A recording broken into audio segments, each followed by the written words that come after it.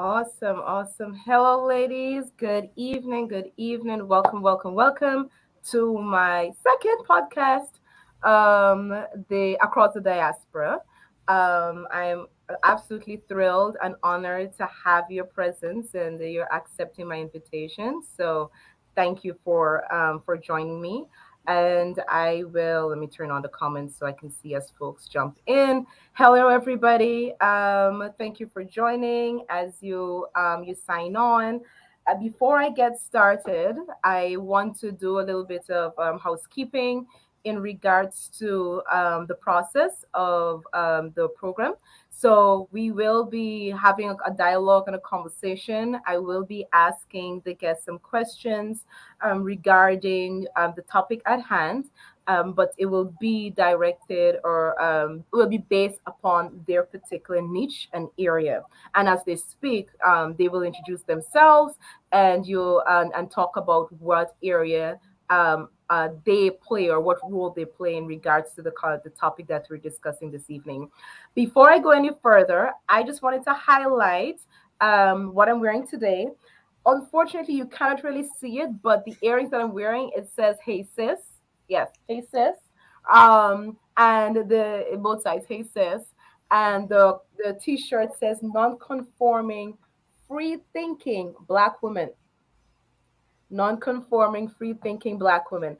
And I got this from a Bree. She has a Facebook group, which is a safe space for Black women. She does amazing work with the funds that she receives, selling T-shirts and the accessories, providing resources for women in the community who are in need, and donating to other organizations. And so, when I was planning for to be on the show tonight, I reached out to her and she donated these items. So if you're interested, let me know. She has a Facebook page. Oh my gosh, I'm going blank right now. What's the name of the Sisters Seeking Phoenix? Yes, Sisters Seeking Phoenix. That's the name of the page. Amazing group with I know Michelle is part of the group. Leanne, I don't know if Leanne and Chris are part of the group, but yeah, it's a dynamic group with women just sharing information and talking about issues that are important to them. So shout out to them. Now I am going to go ahead and have my guests introduce themselves.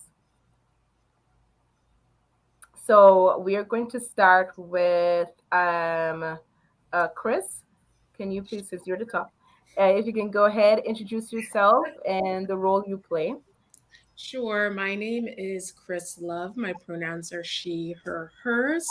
I am an attorney that practices tribal law here in Chandler, Arizona.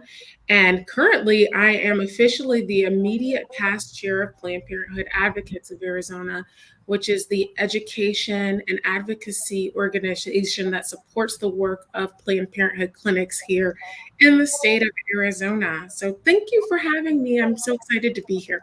Yes, you're welcome. You're welcome. Thank you. All right, Leanne Murphy.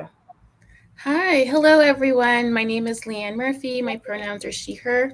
I'm a social worker. I'm a proud West Indian. I think Zoe, you and I share that. Yes, yes, And yes. I am the current co chair of Planned Parenthood Advocates of Arizona. I'm so happy to be here with all of you.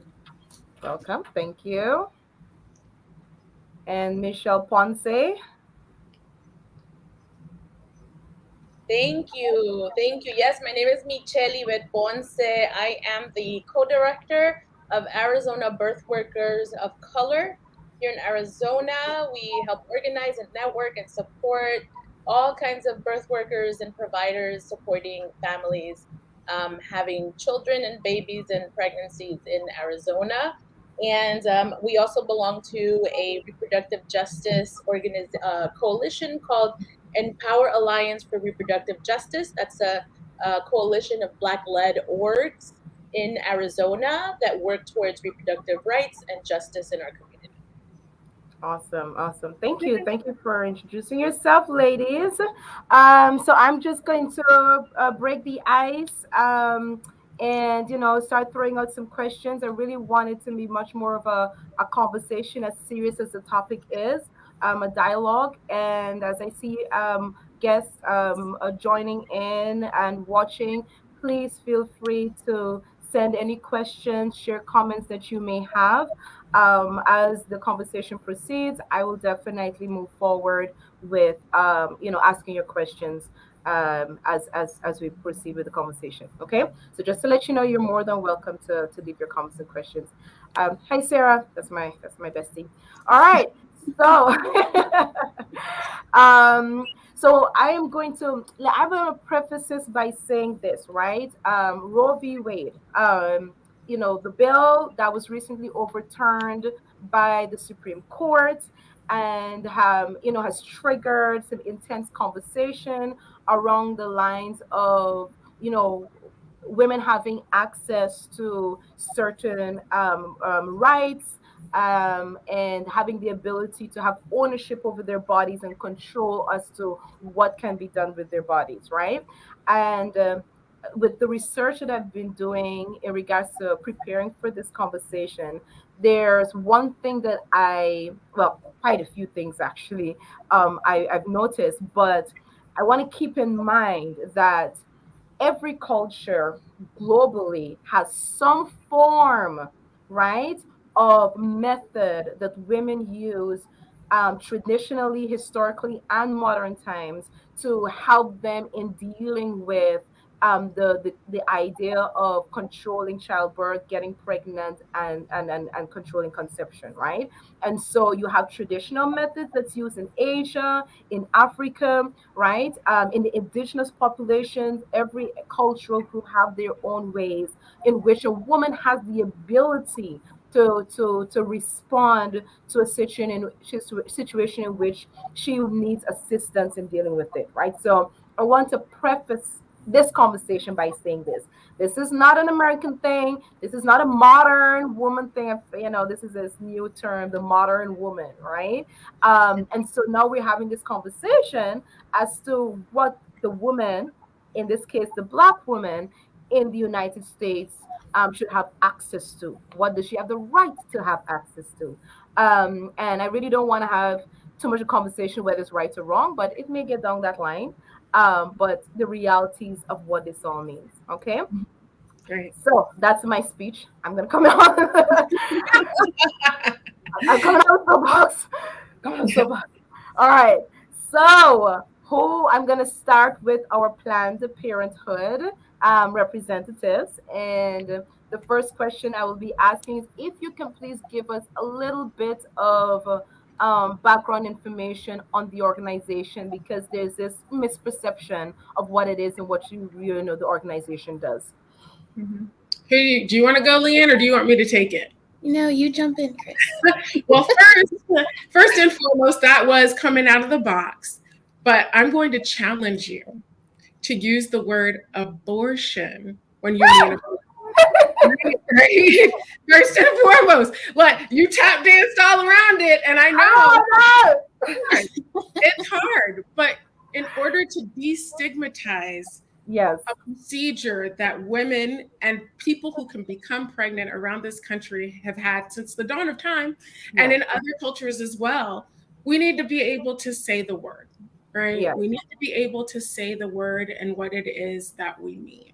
So abortion, abortion, abortion. And Planned Parenthood did not actually start out as an organization that performed abortions, right? Yeah. I think that we know that it was founded as a way to provide, at the time, women who wanted to control their pregnancies and actually do family planning. We saw specifically the person who started the organization, Margaret Sanger, has a very interesting history. But one of the things that motivated her was the fact that her mother had been pregnant so many times and had several miscarriages and died at the age of 50 because of all of her issues with respect to pregnancy and her inability to control her reproductive destiny. And so Planned Parenthood, the first Planned Parenthood clinic was actually started in Brooklyn in a Black neighborhood. And what they did was they handed out pamphlets to basically show folks how to control their reproductive clocks, right? And so they gave methods about how you would be able to control whether or not you became pregnant. Several days after it opened down, it was shut down by the po. Uh, but Planned Parenthood can continue to provide family planning services and a full range of family planning services. And one of the reasons that we have the birth control pill is because of research and funding that was acquired by Planned Parenthood. And so we've been an organization that's been around for more than 100 years. In Arizona, we've been around for about 80 years. We have one affiliate here in the state that Leanne and I are members of that board. And despite SCOTUS's decision in the Dobbs case that came down, our doors are still open. We are still providing the full range of reproductive health care services, but we have to had to pause abortion services until the legal landscape is more clear for us. So do you see this as still a toss-up, so to speak? Is there a likelihood of this being overturned? Because the bill that I read seems as though that's not possible, but I see people having, sign up for, voting to vote against it coming up for these local elections. So let me put my lawyer hat on for a minute. The Dobbs case that came down, essentially overturned Roe versus Wade and Planned Parenthood versus Casey, which are the two cases that were like the things that actually established our abortion rates here in America. Now, what the court did was said, we're overruling it. There is nothing in the Constitution that gives folks that right. So we're tossing it back to the states to make that decision, right? Okay. So what will happen now is it goes back to the question of abortion and abortion rights goes back to each individual state. In Arizona, we have some pre-Roe bans that are on the books. So these are territorial bans is what we call them because they existed before Arizona was actually even a state. And so those bans, there were 3 of them. They outlawed people getting abortions. They outlawed people performing abortions and people assisting in abortions in any way, including advertising and so on and so forth. Those bans have never been repealed. Okay. However, let me take that back. One of the bans has been repealed, and it has to do with people who get abortions, right? And the legislature clearly did that this year. However, the other 2 are still on the books, and they were only enjoined because a Planned Parenthood affiliate in 1973 had them enjoined in court based upon Roe versus Wade. Yeah. We also have a laundry list of abortion laws and regulations here in the state already that were also on the books.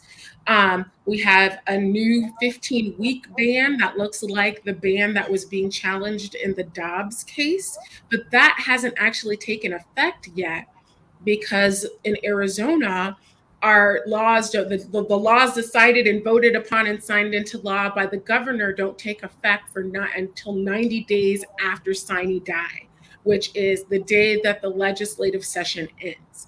And so our legislative session ended last week on Friday, or the same day, I think, as the case came down. So that means those laws don't go into effect until September 25th, right? So right now we have pre-Roe laws that are enjoined until they are unenjoined, right? We have a 15-week ban that hasn't taken effect yet. Yeah. But here's another wrinkle. Last year, the legislature passed a ban on abortion for reasons of disability and genetic anomaly. And they snuck in that bill a personhood provision that basically grants fetuses the rights of people. And so that law is being challenged in federal court right now. But the court allowed the personhood provision to move forward into law. So right now we have a personhood ban that would essentially say that anyone who performed an abortion would be committing murder. All right. We have that on the books, and that's the reason why Planned Parenthood, Desert Star Family Planning, and other independent abortion providers have put a pause on performing abortions. This issue is back in court, and there will be a hearing about it next week on Friday. But right now, we're in a state of limbo in the state of Arizona. Okay, okay. Thank you for explaining that. So it's just up in the air at this moment. And I'm guessing to take precautionary measures just to be safe. There's been a pause that's put on everything. Okay. So with the understanding of Planned Parenthood and its origins, right? So it was started by an individual who had a eugenics background, and so their intentions, right, was not the best intentions when providing the services, understandably so. And so my question is, um, what are the differences between abortion services that are available in the Black communities, right, who are low income and not able to find alternative means, and abortion services being available to white women in other communities? Because for me, like, there's an assumption that because Planned Parenthood was founded on a eugenics foundation, right, based on the owner, and it made itself available in Black communities, that you know it's intentionally leading to the aborting of Black babies when this is not happening, right? So anywhere else. So what is the differences in access to abortion services between the two communities? Do you want to take this one, Leanne, or you want me? I'll try to jump in here and answer as best as I can. And Chris, if you have anything else to add, please hop in and add and expand. So, Zoe, that's a good question, and that's a misconception that I think we're all aware of. In Black communities and communities of color. I think, it's important to understand that we as Planned Parenthood as a whole have acknowledged the history of Margaret Sanger and the damage that was caused in a lot of communities, especially to Black women and to women of color. And Planned Parenthood is not the sum of the worst things that the founder has done. I just want to make sure that we're noting that. And for decades, Planned Parenthood has been providing care for people across the spectrum of diversity, especially in communities of color. And I will add that as a woman of color and as a Black woman, I've had to contend with that history. But it's important to me right now to recognize that there is so much need in our community. Planned Parenthood stands with our entire community and is meeting that need the best that it can. And also, I have the opportunity right now to be in a space where I can use my voice and really, in some ways be a representative, but also bring along people who have shared the experiences that I have as a Black woman, as a queer woman, as a woman who is an immigrant, who lived within a very low socioeconomic status when we initially moved here from the Caribbean. And so I'm really proud to be a part of this work, because the work that we've been doing for decades and the work that we're doing now is saving lives, especially the lives of women of color. And so I just really wanted to put that plug in there because that work is so important to me. And I've shared with Chris and with Brittany, who is our CEO and president, she's phenomenal, that the opportunities that have been provided for me through Planned Parenthood and the opportunity to sit on the board is something that nobody else in my family could have fathomed being a part of. My grandmother was a housekeeper when she moved here at a nursing home way into her 70s. And so her being able to lend her voice to this movement in a space of leadership is not something that she could have imagined or something she could imagine for me. And so I take great honor in being a part of this work. And Chris, I don't know if you want to jump in here and add anything additional. That was beautifully said, Leanne. I want to add that, again, we've existed for more than 100 years. And I don't know that there's any organization that has existed for that amount of time where folks that have been in charge haven't had some really problematic racist things, where we live in a racist, white supremacist country. So anything that flows from this country has those foundations, right? At the same time, Margaret Sanger ain't here. She ain't been around for a long time, and our and our mission is to make sure that every person can has the right to bodily autonomy and the ability to make informed reproductive decisions, and that includes Black women. Black women have the same, or should have the same rights to autonomy, bodily autonomy, and should be trusted to make decisions about their own bodies. So kind of the framing about how, we're somehow victims, I find that to be false, right? Because we are capable of making our own choices. I've told my abortion story a million times, right? I got pregnant at 19, didn't want to have a baby, didn't want to be stuck with the guy that I was with at 19, wanted to finish college. And the ability to have an abortion is the reason why I'm sitting here today. I finished undergrad, I went to law school. I found a partner who I love. I raised children that I did not birth. I had my own baby, right? And all of those things are possible because I was able to make my own reproductive decisions at 19. And it's scary to me that my children won't have the same rights and options. Mm-hmm, mm-hmm. I want to share something real quick. I was about 16, 17 years old. I had started becoming sexually active. I grew up in a Puerto Rican, Nuyorican family where shame was trickled down from the hundreds of years of slavery, colonialism, poverty, and religious fanaticism, right? And nobody talked to me about my reproductive health. Nobody told me that, exactly how it worked when one gets pregnant, what to wait for, the timing, what to look for. Nobody in my family really showed up or gave a damn much about helping me understand my body and how it works and reproductive health. And I found a clinic that I was able to go, and I went to that clinic and got some information, asked questions. They didn't need to talk to my parents.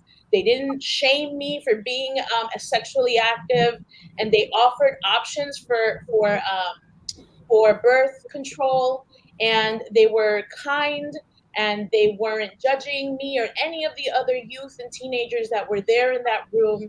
And so there was no one else providing any of that service for any poor, young, Black or brown people and kids in my city than it was Planned Parenthood. So I'm not here to say that Planned Parenthood is best or the best care that we can expect or that we can't do better in our communities. I'm not saying that, but I want to say that it's filled a hole in so many people's lives that no one, not church, not pastors, not mothers, not uncles, no one is filling in a lot of young people's lives. So I'm very grateful that they exist and they were able to help me for those years. Thank you. Can I add something too? As I was pondering joining this conversation, and being with you all today, I started thinking back to sort of like my first experience with sexual education, and it was Planned Parenthood. And the very first youth group I joined was a Planned Parenthood youth group in Dominica in the Caribbean, and we were receiving that education that we could then also share with our peers in a really informed way. And it's I can't believe I hadn't even thought about that before, but it was so wonderful to be a part of something where I was feeling empowered to make choices around myself, and my body and my future. Yeah. So I just wanted to add that in there because Michelle, that brought that up for me too. Yeah, and I think I'll reinforce that. Like, my mom's probably on watching, so Mom, don't mind what I'm about to say. To cover her ears real quick. This is yeah. But no, like I'm reaffirming everything that you said. Like we didn't have a sit down conversation about our body, and as we mature and as we develop, what we should be doing, what to expect, and what it should be like, right? I don't think I've ever had conversations with any family member whatsoever, right? And so of course, yeah, we were very much in the part of the church, and so the best way of dealing with sexual practices, reproductive health is just don't do it, right? But as far as my father was concerned, men didn't exist, right? What boys? What are you talking about, right? And so everything that I've learned is from conversations with friends and my own personal experiences. And so, it's that interesting dynamic of the pressure of religion, right? Which is don't do it at all, right? Or else you're, bad and evil and you've sinned, right? Your family not knowing how to have this conversation with you. And so when you do get into these experiences, what are you left to? You're left to your own devices. How do you approach your family who you don't feel comfortable having these conversations with, right? And maybe this is something that we should a conversation we should have in our communities, right? How as parents, as adults, we make sure we have these conversations with our children, because my education and reproductive health was in science class, biology, the parts of the human body. Fun That fact, Planned Parenthood does that. We train parents on yeah, how to speak to their kids at a range of ages, right? yeah, About bodies, their sexuality, and we do it in age appropriate ways, right? So maybe you're not talking about, using condoms with a 5-year-old, but you're teaching children what good touch, bad touch is, yeah, right? You're yeah, talking to kids, you're not talking to teenagers just about condom use. You're talking about what healthy relationships look like yeah, and what consent is, right? yeah. And so there are ways to talk about everything to deal with your sexuality and your reproductive freedom. Quite frankly, that Planned Parenthood and I love Planned Parenthood. I was the chair, but I want to give a shout out to other organizations because we're the pink elephant in the room, right? Everybody knows us. But, there are other providers who can do this work for you, and there are people that actually care and have the skills and the tools to give to you as a teenager, as a parent, as a person who's weighing whatever it is that they want to do, whether it's an IUD or, moving forward with a pregnancy. There are people out there to help. And they're in our communities. We just need to find them, right? And that's hard. Yes, and speaking of communities, I really want Michelle to jump in here and talk about the amazing work that she's doing with Arizona Birth Workers of Color, right? Yes, yes, yes. And explain to us the difference between a midwife and a doula and the role they play in the community, please. Sure. So a doula is really a birth companion. Basically, it's like someone who's there to support a family and a pregnant person right before their birth, during their birth, and many times after their birth, which is called postpartum. And so the ranges it could range. They can start helping someone as soon as they know they're pregnant. If they want a doula, they can contact one and start asking questions. A doula is really there for two things. They're there to give information about resources, books, education, options that the family has in regards to that birth, that child that's coming, how to navigate the system, how to navigate hospitals, how to navigate what questions you might want to ask your OB, right? There's all these different things that families need support on when it comes to birthing.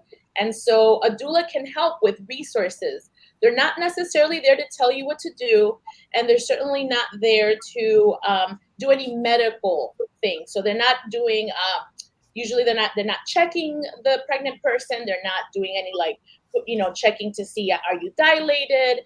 They can't give you medical advice. They're really all the medical aspects of it are left to either the OB or the midwife, if that's what the person has. So the doula can be a great person, support person for the family, for the partners, help navigate the system, ask questions, and really support them in having the birth that they want to have. And so with the midwife, a midwife is a whole vibe. Like a midwife is someone who's there to medically support and help receive the child, right? The pregnant person having giving birth. The midwife is there to cover all the physical, physiological, medical needs that that person may have, unless there's an emergency. If there's an emergency, then they hand off the client, the patient, the pregnant person to a hospital, to an OB, an emergency.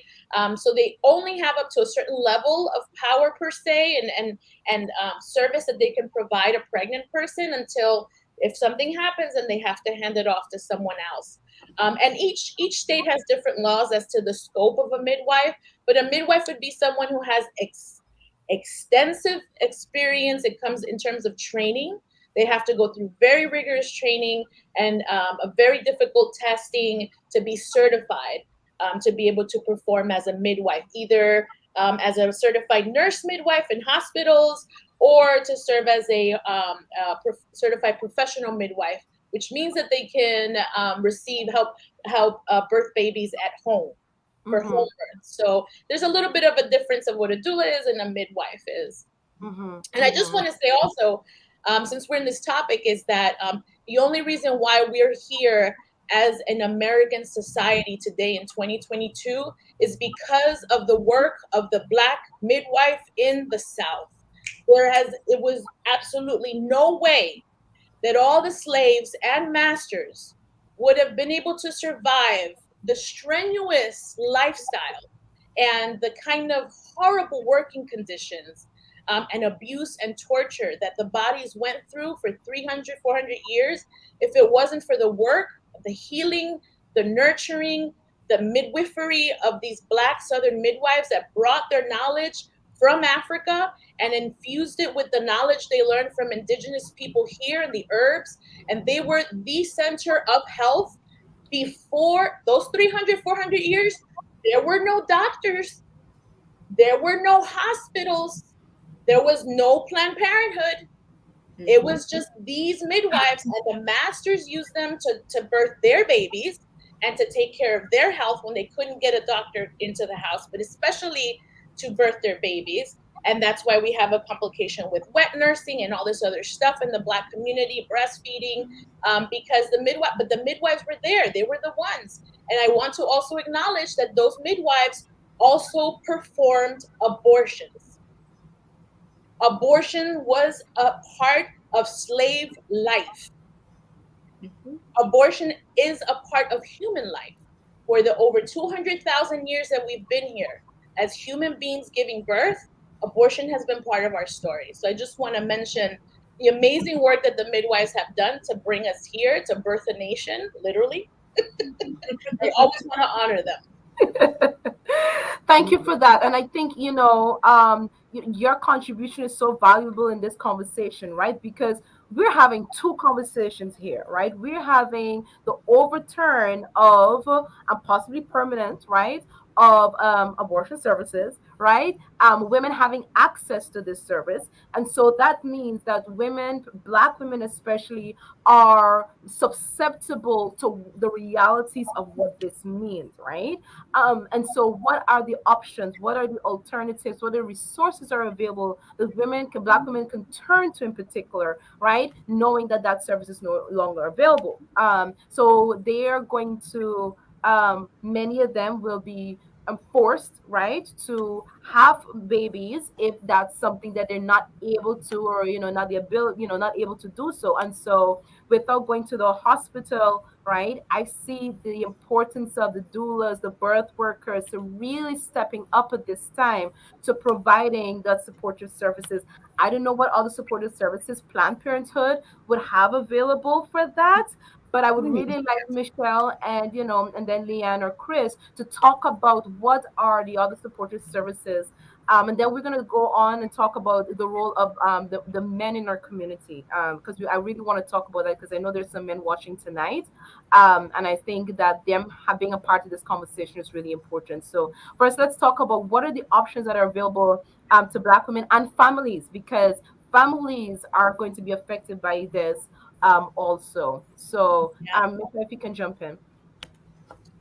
Yeah. So one of the things that's part of that personhood provision that Chris talked about is that, and one of the biggest reasons that right now some of these lawyers are taking it to court is because it's so gray that basically anything a pregnant person does that might put in danger the life of that fetus, that could mean drinking, doing drugs. It could also mean hiking. It could also mean running. It can also mean dancing too hard. Anything that a prosecutor might want to use against someone who's pregnant, right? And say you are doing something that's endangering the life of that fetus. And because that fetus is now fully is under the rights of any human being, right? You are attempting murder. And they can take that person and persecute them and criminalize them. And the law does not specify what actually is illegal to do to a fetus or when the fetus is in your body and not. So what we know for sure is that the first people that get criminalized are Black women, right? And this has already happened in other states. A Black woman was sued, right, for having an abortion on 8 weeks. There's all kinds of nonsense that happen everywhere. And by the way, the states that end up suing Black women, right, and trying to take them to court, take them to jail, are the same states that push abstinence and religious education about sex education. So in those states, guess what? There's a high number of teen pregnancies because these teens are not getting educated about sex and about birth control and about their options.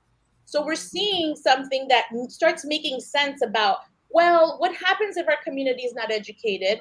They don't know options. They don't have access to birth control. They don't have access to abortion or education. Then we have more of these situations where we have women forced to do things, forced to carry term to certain things, to a certain extent. So what happens is that we have to be aware that anytime there's a criminalization of our bodies, the first line of offense is going to come upon Black women, unfortunately. And they don't have the money to pay big legal teams to defend them and protect them, right? And so this is a big issue right now that we're dealing with that we have to think about. And that's why I'm very limited as to what I can tell my families. Right. And what I can tell, because this law is so big and expands on so many, can expand on so many services, that even me telling you, hey, you should check this out or that out, I could be criminalized for it.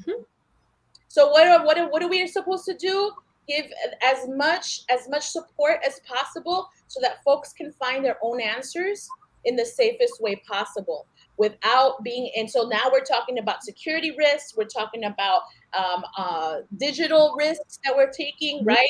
We're talking about what happens if a pregnant person, a pregnant woman, is having a miscarriage or starting to bleed. What do we tell her to go? She has to go to the hospital, right? But what if she says the wrong thing? What if the doctor or the nurse says, oh, you were trying to do an abortion on your own, weren't you?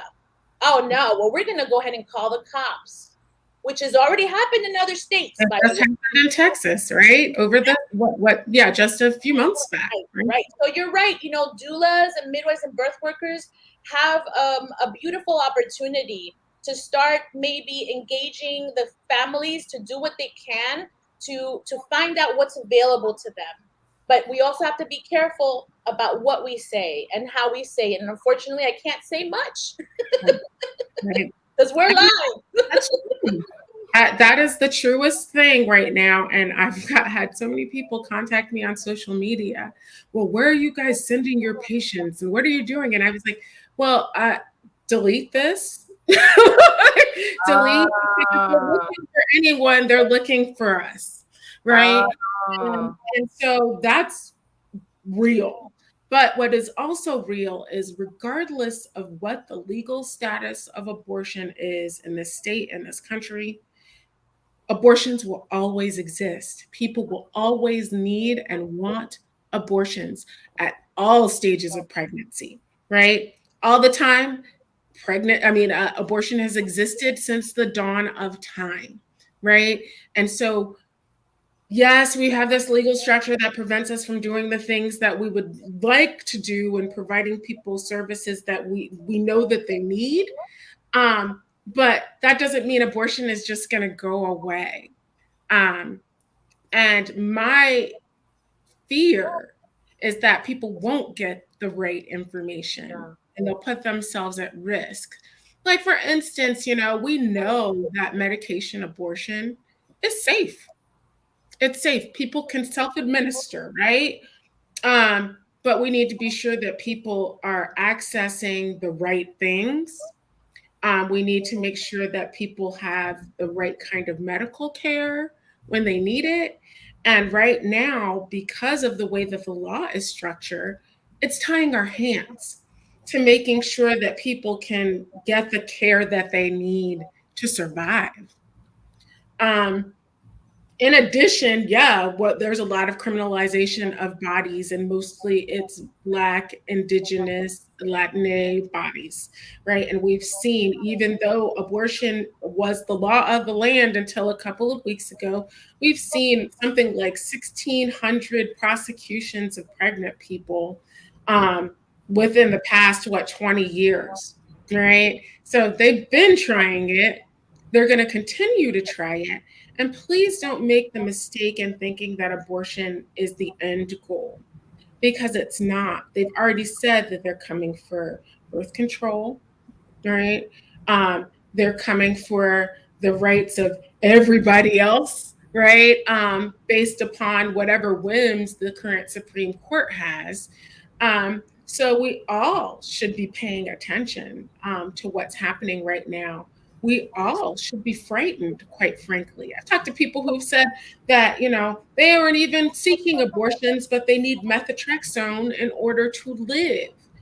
And because of the case that just came down, methotrexone can be considered an abortifacient, right? And so that means that they are limited in accessing life-saving medication that they were able to use just 2 weeks ago, right? yeah, It's yeah, a yeah, broad, yeah. broad issue. Yeah, and so we're talking about the criminalization, and two things come up, pop up in my head. So if we're criminalizing Black bodies, I listened to a Jane Elliott's video, right?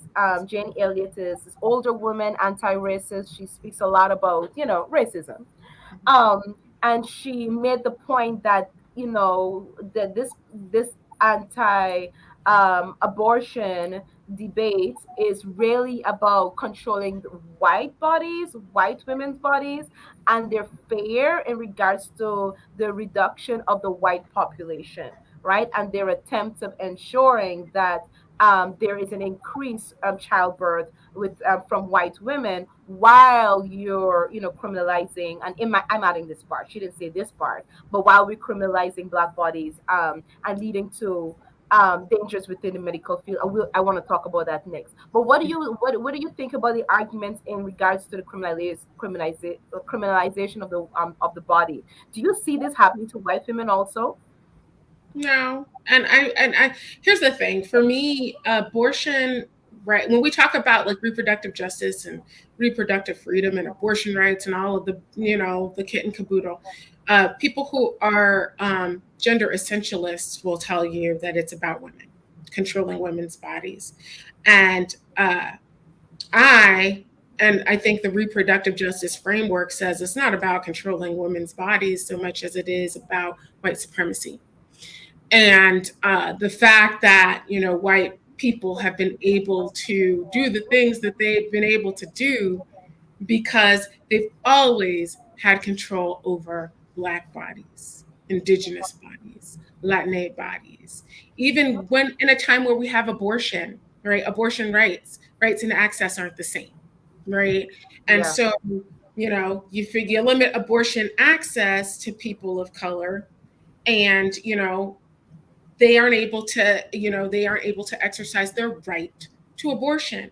And I want that to be clear, that that's happening regardless of gender, right?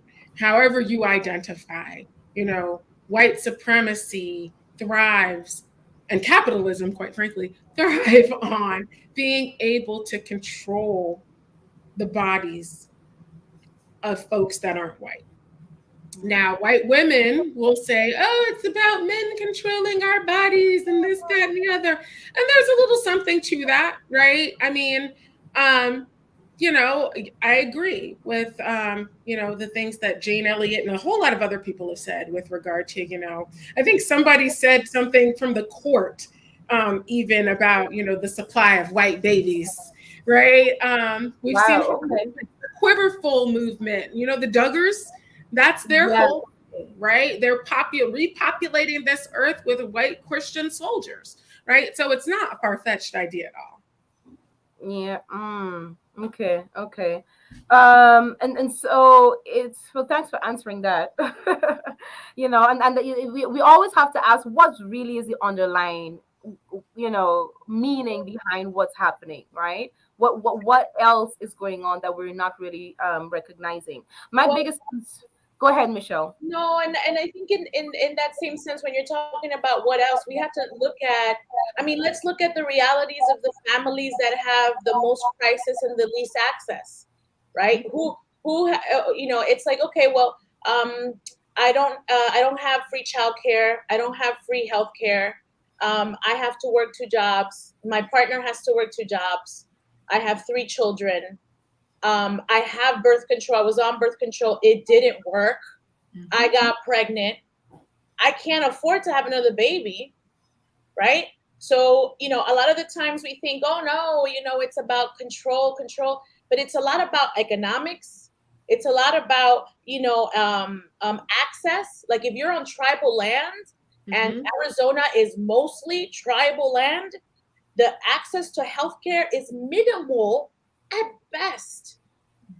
And so you're talking to people who already, right? We're talking about people who already have such limited access to education, healthcare, financial security, all kinds of stuff. And then we're talking about taking away one of the ways that they have some control over how their families grow.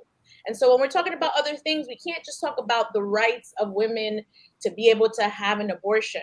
We're talking about how we've been failing kids in the first place, how Arizona is 50th in education, in healthcare, in Medicaid expansion access.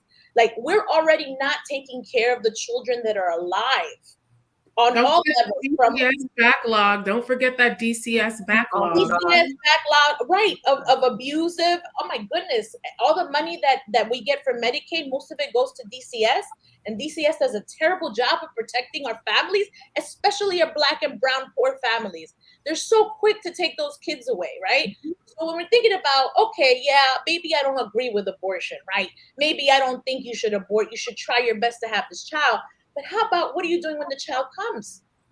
What kind of support are you giving these families? Exactly. You're gonna just throw them to the wind and say, "Oh, figure it out. Go ahead, hustle for your baby." No, we can't do that to these families. And so there is a lot more going on than just the right to abort. We're talking about a system that has not served our families for many years. Yeah. And that's a real question, is what now that we have the realities what it is right now, right?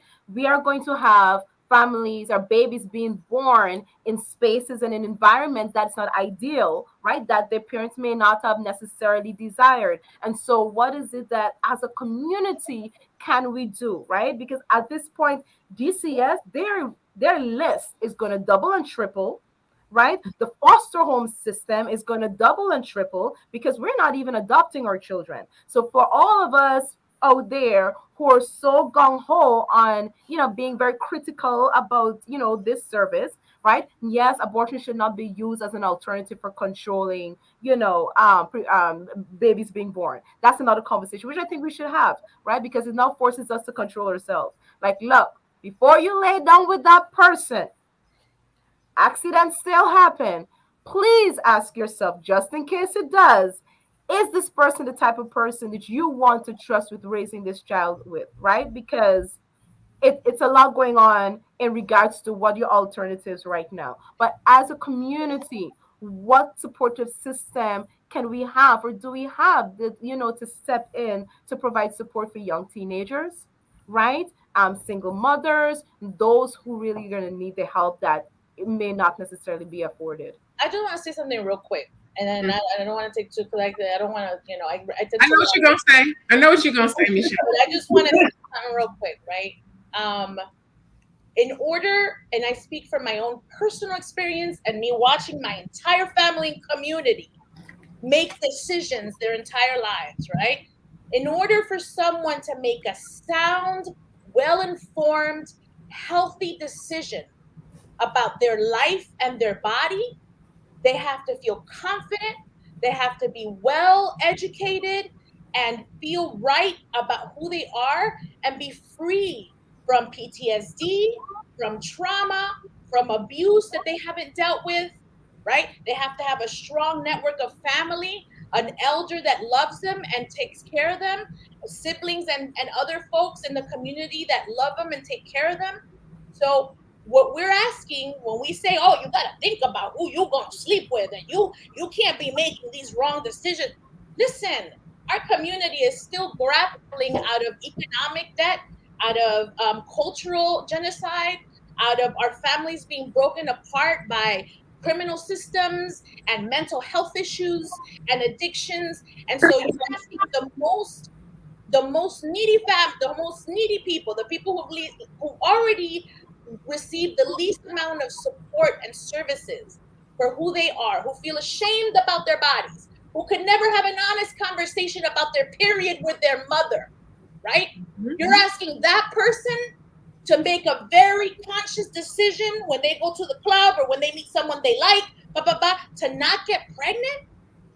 So I think we need to look at what makes a person do healthy decisions, and shaming them about making irresponsible decisions does not help them make better decisions.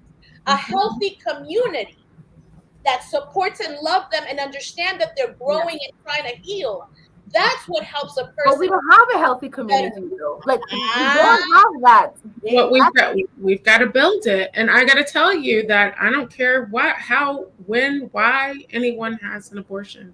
I just don't, right? I don't care if they have several abortions. I don't. Not my business, not my junk, right?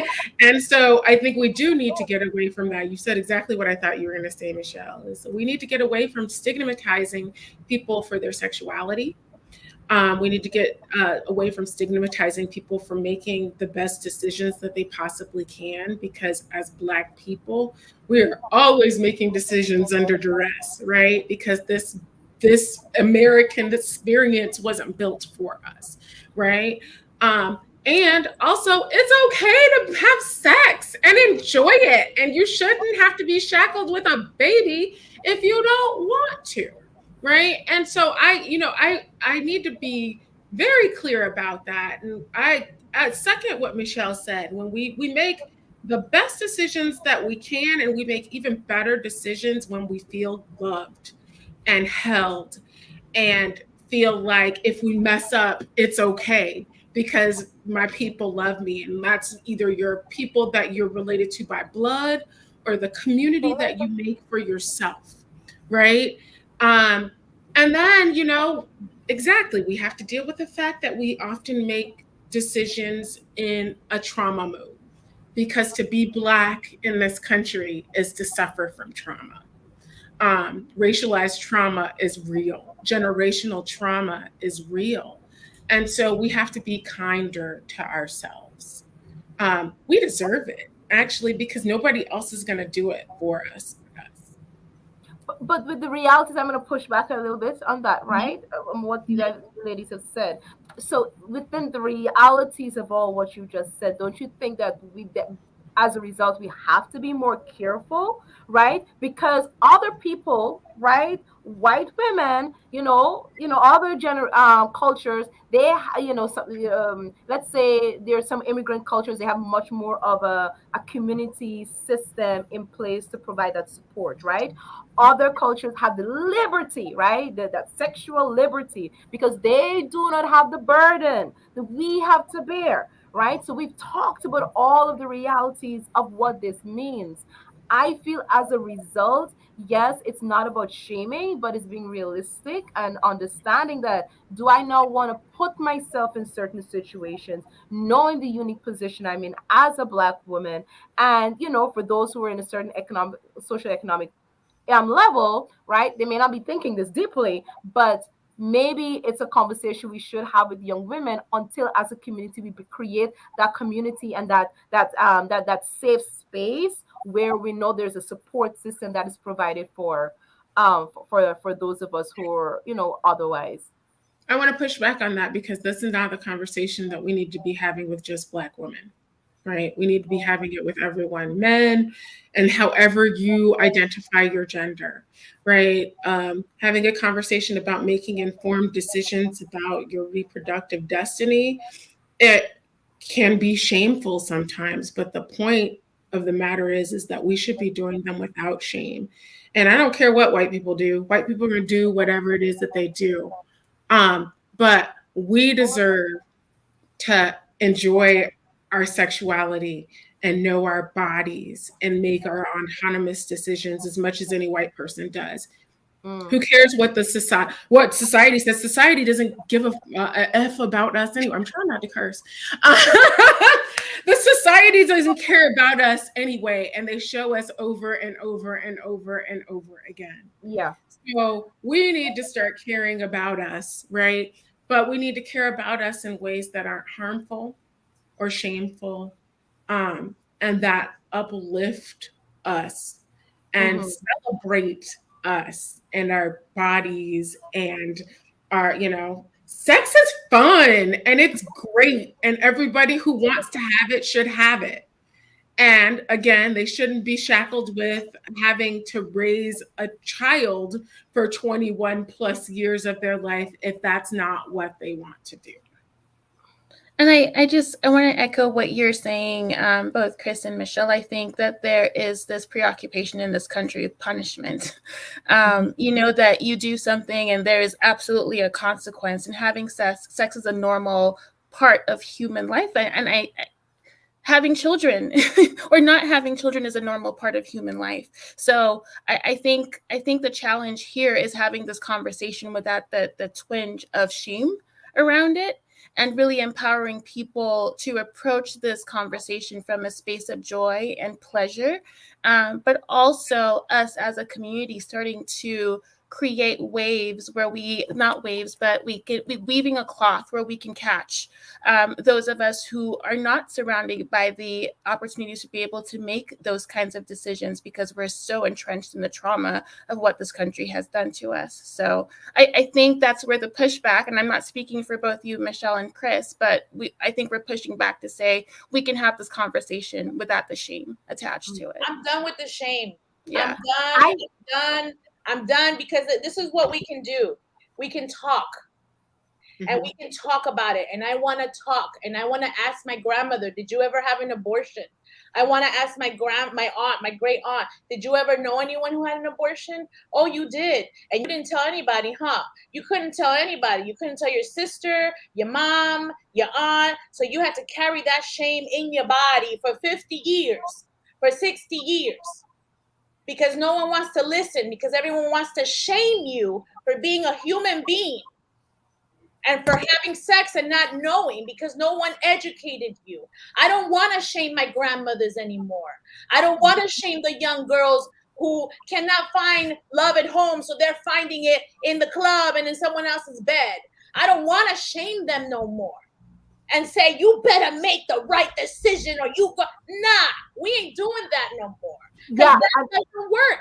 that actually doesn't help them make better decisions. So we're going to stop doing that, y'all, because it doesn't work. And the research says it, and just your own knowledge, you could see who you shame and who you don't shame, and see, do white women get shamed? No. Girls So from the no, minute that they're developing their bodies, from the minute they see themselves in media, they're being shamed for being sexualized. We're not going to do that to our own people. I'm not going to do it, and neither is any birth worker going to do it. So y'all shouldn't either, huh? I think I'm going to move on from here, but I think there's a little bit of a misunderstanding in in my pushback, because for me is I'll use myself, right, with what is because of the uncertainty of what this all means. I am scared to get pregnant unintentionally, right? And so for me, and I was telling a male friend, is I'm going to now be careful, because just in case I get pregnant, I need to make sure that whomever this, the child that I'm bringing into this world is going to be with a partner I can trust, with being a parent with, right? And so that's what I mean by being careful and responsible, as in, no, like, really, for me it's more being responsible and scared stiff, as opposed to, because of the unique situation of being black, and the ramifications of, my, what this can mean. Like, I don't even want to be, out in the streets like that. I'm not around, right? Your mother is listening. Girl, that's what birth control is for. And But they're taking that away, though. They're taking that away. no, birth control is 100% effective, but it's pretty effective. And you can do those things, and you can take care of yourself. And that's why our doors are still open. Not because, we haven't shut down because we can't do abortions right now. We have to do all of the other things that we do before you get to the point where you are pregnant and have to choose an abortion in the first place, right? So you can get your sex ed from Planned Parenthood and other abortion providers. You can get, your cancer screenings. You can get your birth control, and that's pills and LARPs, and you get your IUD. You can get all of that stuff, and be prepared with information, right, about how you can take care of yourself. It's all out there, and we can provide it. And that's when I feel held, right? That's when our community feels held, when they have the information to do the things that they want to do with their bodies. And you can go out there and be out there, so long as you're being as safe as possible at this point. And yes, abortion is not an option in Arizona right now, but there are half of our states it still is an option, right?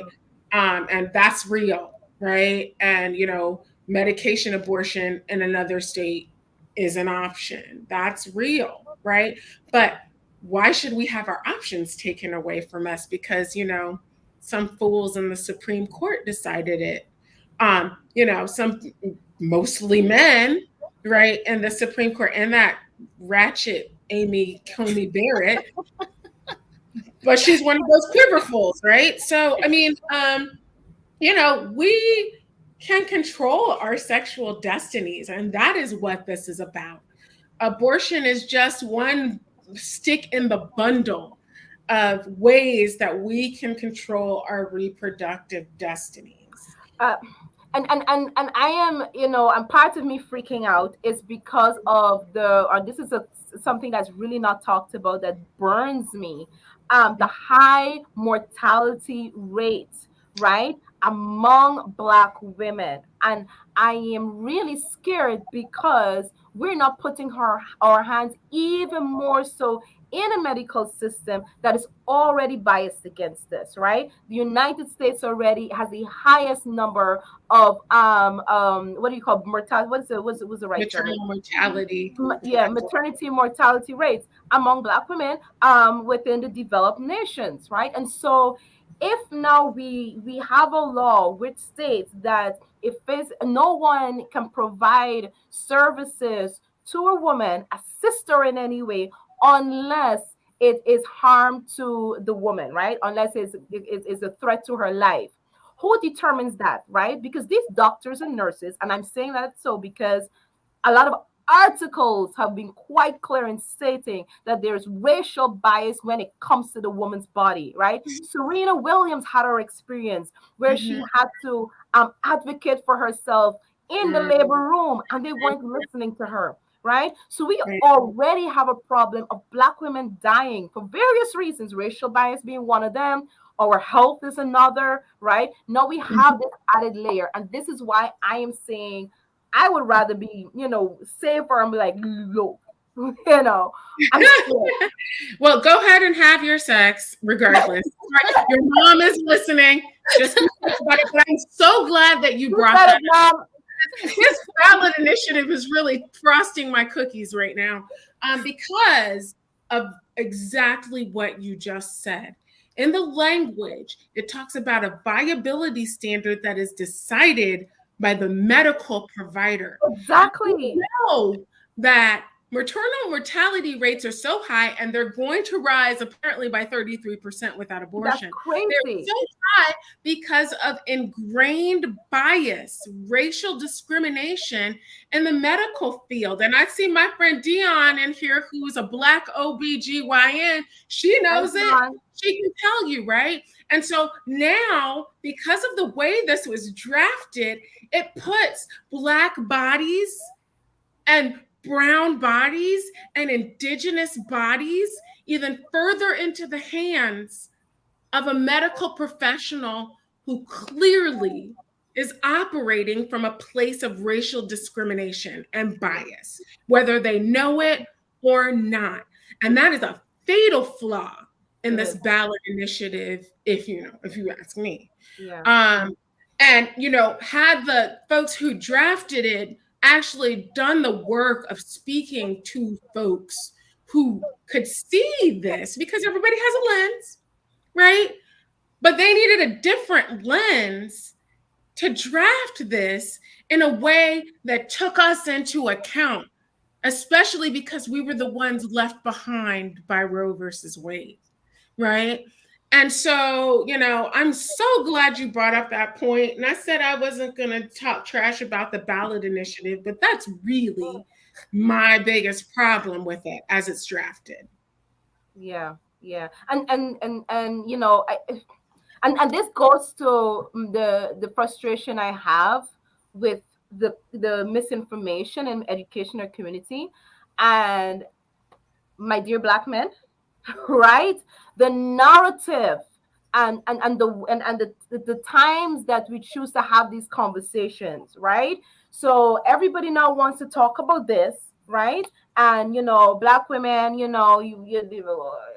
want to do whatever, you want to have abortion and do your own thing, whatever, right?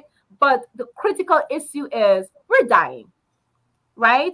In high numbers, right? Mhm. And so if we really care about the Black woman and her body and her life and healthy babies, because babies are dying too, right? Let's really have a conversation. And I really want to say that I had a conversation with Miss Fatima Mohammed, right? She's also a birth worker, right? And we really want to continue this conversation within the community. And so we are talking about having collaborative sessions where members of the community can sit and really talk and dig deeply as to how we can form that community space to have these conversations where women can feel safe and men to understand the importance of how important this topic is, know the information, the statistics, and what we can do as a community within Phoenix. Because I see this overturn as a step for us to really come together as a community and provide the services that are needed.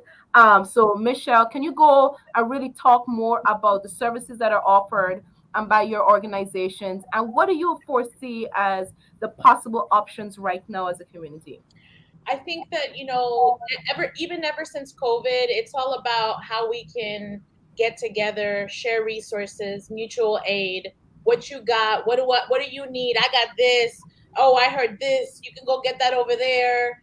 Oh, I'll go with you. Like really, you're right, it is gonna bring us closer together, and we have to.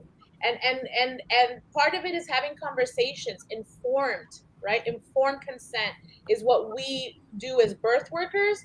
And so some one of the projects that we work on is Black Breastfeeding Week, right? So we help us share education, bring Black breastfeeding families, and families that want to breastfeed and maybe are not sure yet, and do events where we're bringing Black lactation consultants in and other providers in to share information and answer questions, and then let these families enjoy themselves, enjoy the presence of being around people who support them and love them for taking that decision of breastfeeding and feeding their children, using this way that helps the maternal mortality rates, right?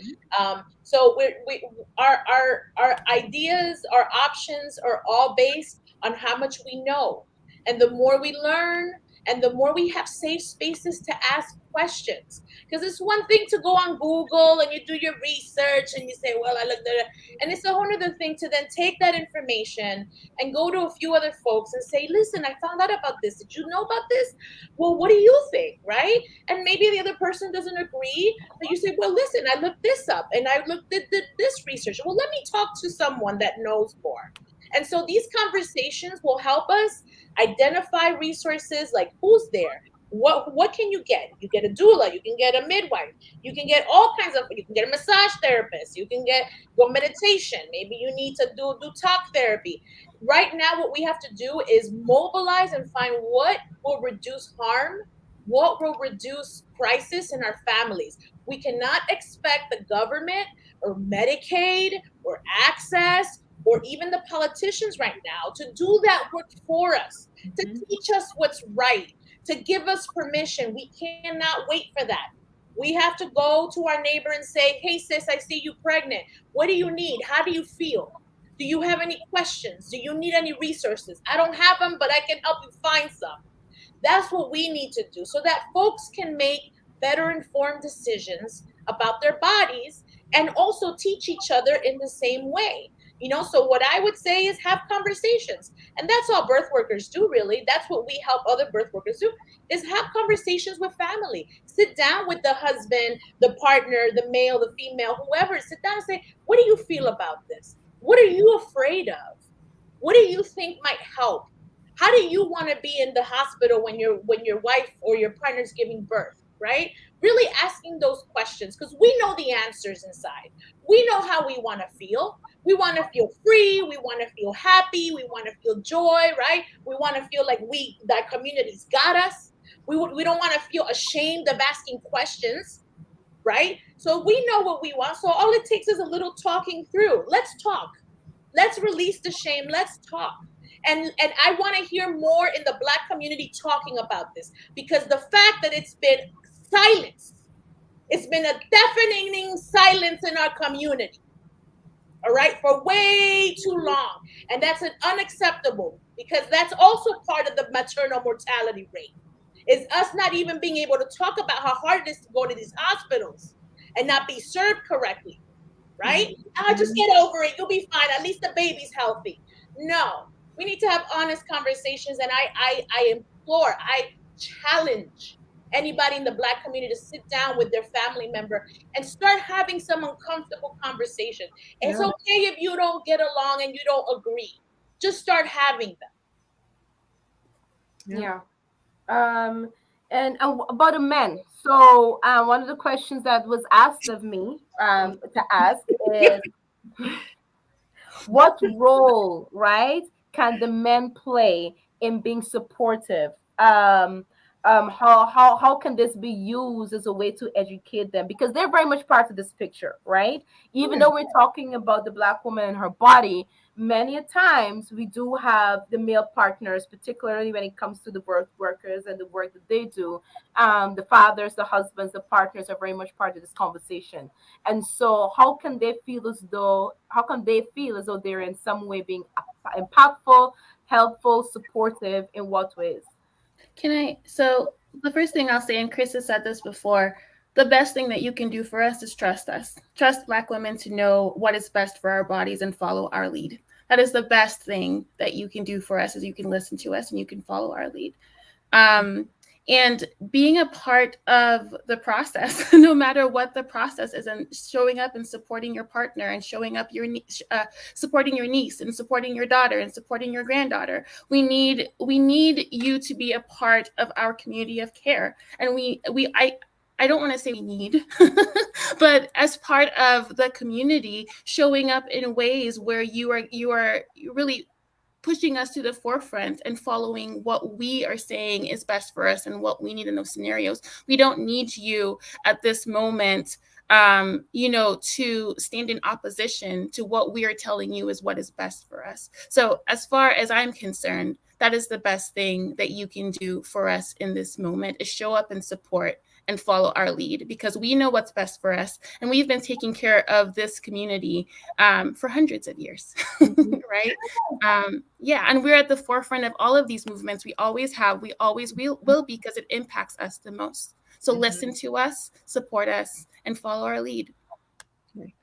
And I think that anyone who men identified folks can have the same conversations that Michelle was referencing. They can be part of those conversations. Dion says that men need to know more about female reproduction. And ain't that the truth? Some of the interesting things you hear from men, because they don't know how bodies work. They don't know how anyone's bodies work, let alone women and with people who identify as women, right? And so just educating themselves and really having conversations, but having conversations with one another. Y'all talk to each other about a whole lot of stuff. You all have the power to shut down the shit, quite frankly. You can have a conversation with your friend who is anti-abortion, or talking sideways about abortion, or folks that have abortions, and you could put all of that to a stop just by challenging your friends, right? And I have to do it all the time. I have to compassionately challenge folks all the time about the language that they use, right? So it's as easy as that. I mean, I told you to say abortion the first thing I said. So, and it's easy, right? You didn't get upset or anything. I'm working on it. To have these conversations with one another, and be a support system, and be part of the community that we've probably already built, but we will continue to build and improve upon. And I'm also going to say that men oftentimes play a role in the decision women make. I can guarantee you many of the women, so I'm talking about single parents, right? Because there are situations, and there are situations where married women with partner in relationships, because of medical reasons, have to have abortions.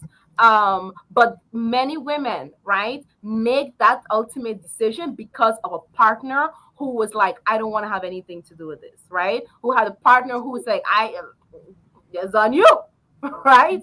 And so as much as we say we make the ultimate decision, many times the women make that decision. We're forced to make that decision because we feel that we do not have that support system.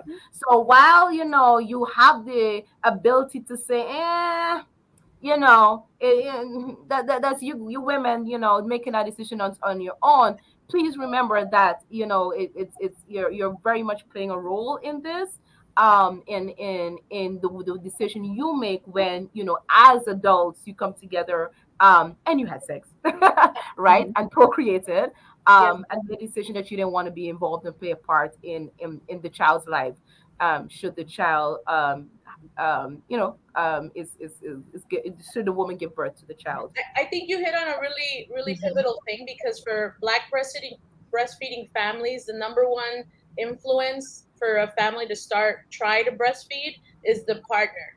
Usually the male partner is the one, if they're supporting it or open to it, then the Black woman is more often going to start and continue with breastfeeding. If the partner is like, oh, hell no, you won't, then she won't, right? And Really? so, yeah, Yeah, I can see it. yeah, I love breastfeeding, by the way. That was my favorite part of rearing, and I would have kept, but I kept getting mastitis. But I made it almost 2 years, right? good for you, yeah. But I couldn't have done it without my supportive partner. Right. And so one of the things we teach family and I think this is something that we have the onus on promoting more and pushing more, is those men who have already raised families, who have experience in supporting their families, their partners, their wives, who have learned the tricks, the wisdom, to come in and talk to these fathers too, because it's also about like teaching what we know and not letting a young father, a young family, a young couple just kind of wing it and figure it out on their own. And then when they come around to the in-laws, why are you doing that? Did you ever talk to me about what I should expect once that baby comes home? What did you do? What did you do when your mom brought me home? What did you do with me? Right? Like really having those like conversations, like come back in and help these men figure out how they can really show up and how it's okay to be manly and a protector and a provider, and also be soft and nurturing and receptive and listen to the woman and try to be a teammate. You're a team. It's not a hierarchy at that point where you're in charge, you're the boss, you're the king, and the woman follows you. When that person is having that pregnancy and that birth, they're the ones in charge, whether you like it or not. And then you understand after that baby comes, who's in charge. Baby. But then they don't know what to do because they haven't been taught. What's the role of the father during pregnancy and birth? And there's a role. There is a role there that is going to be more helpful to better outcomes than what we've been told. So, and no, it takes uncomfortable conversations, but I would love to see more leadership in the Black male community, of just having more brother circles and more like men circles, and come and bring your babies and let's go get coffee and let's just talk about what's going on and the insecurities you have, because sometimes, you know what, you need your buddies to feel comfortable talking about stuff that you don't even comfortable like sharing with your wife or your girl or whoever. Right? So it really is going to take, this is a whole community effort. It's not going to be just women or just pregnant people or just men. Everyone got to be hands on deck and say, okay, what do we need to do to get our families healthy? What do we need to do to make sure that we're advocating for these families and these hospitals and these doctors? Right? And what do we need to do? Who do we need to vote for? Who do we need to take off out of office? Because I want my granddaughter to deal with the stuff that I'm dealing with. So I got to get involved today. No, I got to get involved yesterday. We already late to the game. We're about 10 years late. But I do want to throw in there, and since you brought up politicians, I've sat in many debates. Abortion is the hot button issue right now because of everything that's happened. And I've sat in many debates where the abortion question comes up and men are like, well, it's really up to the women and I can't experience that. And so it's just, I follow the lead of women. That's bullshit, because people are going to be electing you to make laws that are about abortion. So if you are a man who is a candidate out there, you better have a better answer to questions about abortion than, well, I don't know, I'm a man. I don't want it. It's not cutting it anymore. It's not cutting it anymore. Yeah. Thank you. So we're gonna have to start wrapping it up, and that's something that we need to be aware of who are the the individuals, the lawmakers, legislators out there, and what they're saying on the topic. James Martinez asked, what well-meaning but perhaps misguided things should we not be doing right now? Anybody wants to jump in there? Not be doing. Sign that ballot initiative. All right. James, you already know. Careful with the ballot initiative that you signed. Staying um, quiet. Staying quiet is one of the biggest misguided things we should not be doing right now. Even if you don't agree, even if you're totally pro-life, oh my God, no, no, no. Let all the babies come. I understand, but let's still have a conversation, right? Let's listen to the young people. Let's bring them into the conversation, because you know what you know more from your eldership, and that's wonderful. You have wisdom and ideas. But these young people are dealing with society right now in ways that you're not. If you're not getting pregnant, if you're not having sex, if you're not, in your bearing years, then this doesn't affect you the same way, right? This is really affecting people who are bearing years right now. So let's listen to them. Let's figure out what they're learning, because they're in here learning way more, way faster than most older people ever will, right? No shade to older people, because I'm one of them, even though I look young, but let's open up to conversation, and I like, I open my mouth big, but I also know that I might be wrong. I might get something wrong. And then I have to sit and be like, I think I was wrong about that. I apologize. I really felt like it was like this. And then now that I think about it and you help me like understand it better, and now I want to say, I think you might be right, or I may have been misguided. It's okay to say that you may have made a wrong decision and a wrong judgment. It's okay. In fact, it shows growth, and that's what our community needs now more than anything, is growth in understanding each other and the issues that affect each other and how to best solve them. Because so far what we've done ain't been working. So we're going to need some new solutions. So talking is more important than staying quiet. Let's not be misguided and being shy or thinking, I don't want to insult nobody because my ideas are so, left or right or whatever. Let's talk about it. Let's be honest and share and open up, and then be okay with having egg on our face, because that's the only way we learn, honestly, is by being wrong. Yeah. Thank you. Thank you. Thank you. Thank you for that. So we're at 7:28. I'm gonna start wrapping it up. Thank you very much, Chris Love. Thank you, Leanne Murphy and Michelle Ponce, for your contributions, for the discussions. I really, really hope that it does not end here. It really cannot.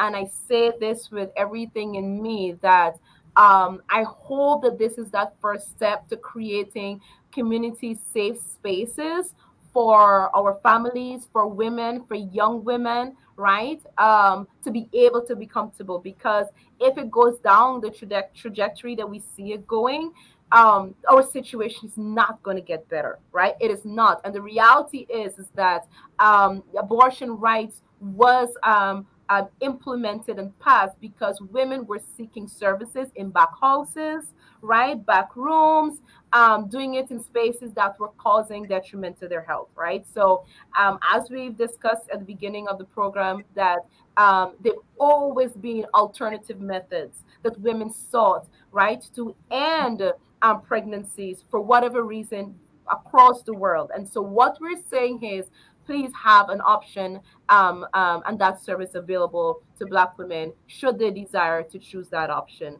And as I was happily, not happily, but I was, lectured upon, do not shame us.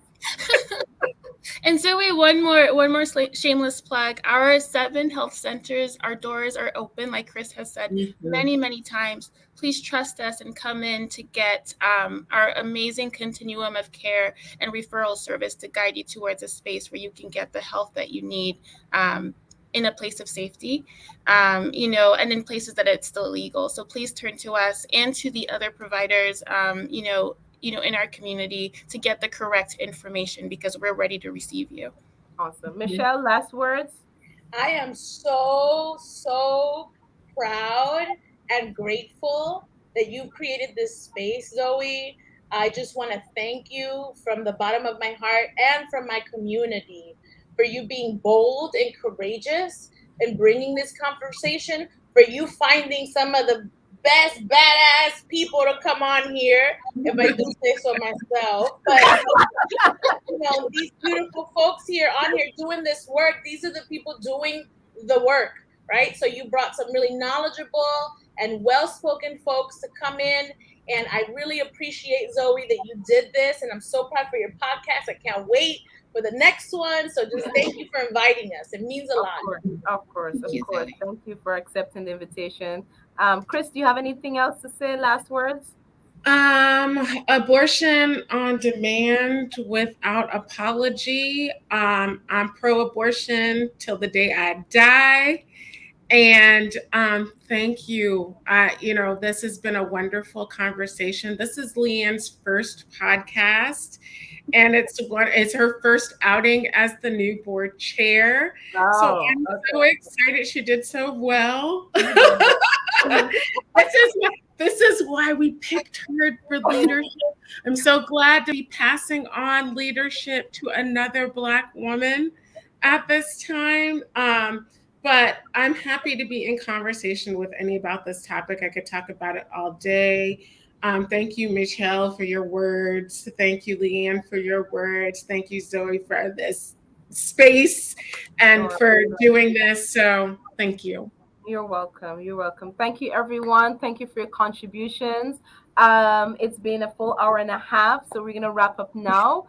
I will be doing, having another conversation next week. And really the focus is talking about, topics that's so relevant and critical for a community that's not being discussed. And so I hope that, at some point I will have a follow-up based on how things develop over the next couple of weeks. So I appreciate your time and enjoy the rest of your evening, everyone. All right. Bye.